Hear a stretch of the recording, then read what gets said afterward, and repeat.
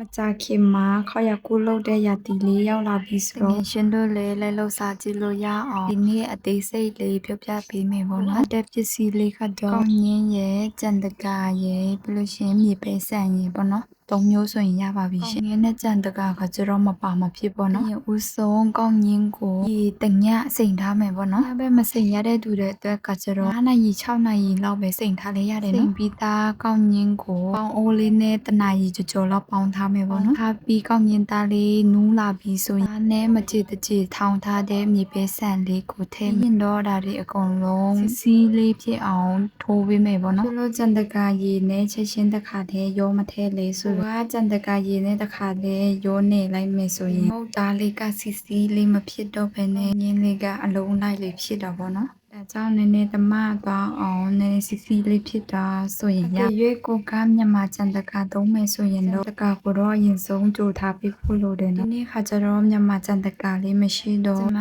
ထိုင်းကြံတကာကိုပဲသုံးထားတာပေါ့နော်ရှင်တို့လည်းမြန်မာကြံတကာဝယ်ရခဲ့တယ်ဆိုရင်တော့ဒီထိုင်းကြံတကာကိုအစားထိုးသုံးလို့ရတယ်နော်ကျတော့ဒီနေ့ကျွန်မသုံးထားတဲ့ကြံတကာပေါ့နော်ထိုင်းကြံတကာခါကျတော့လေသူ့ရဲ့အနံ့ခါကျတော့ပုံမွေးတယ်လို့ထင်ရပေမဲ့ခါကျတော့ဒီမြန်မာကြံတကာကိုမမီဘူးပေါ့နော်အယောင်တော့တိတ်မလောက်